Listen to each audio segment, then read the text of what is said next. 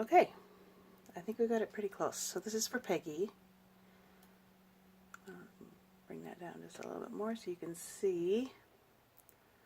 Sorry, it's not like right on level wise.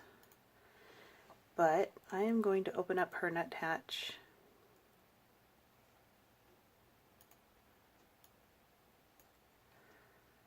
photo, which I think I've just got in my documents. Let me bring it over here.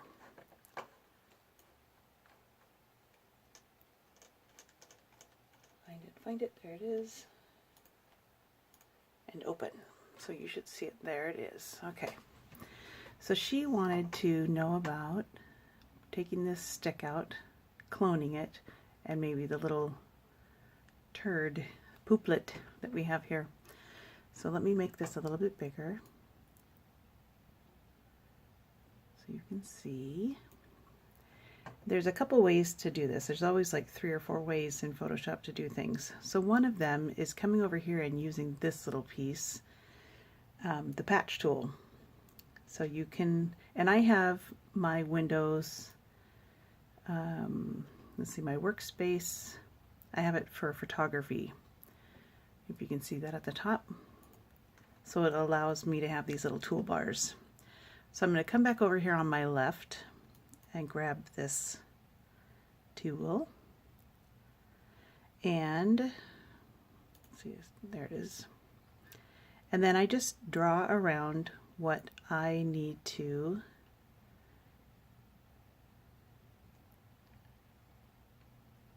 patch. So just a minute, you can tell I'm not doing it very cleanly.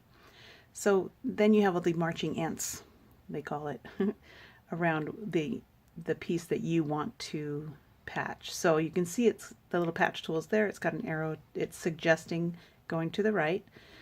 So now if I left click with my mouse and I hold down and drag that little, the marching ant piece, you can see where it's, I can just bring it over to the right and it will fill it in as best as possible. Now I could bring this all the way over into the bird if I want to repeat a piece of the bird.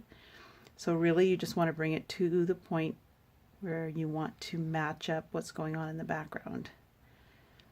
So really like right there is probably the best. I'm going to let go.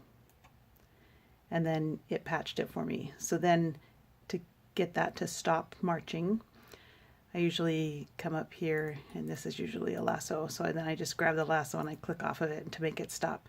So you can just faintly see what it did.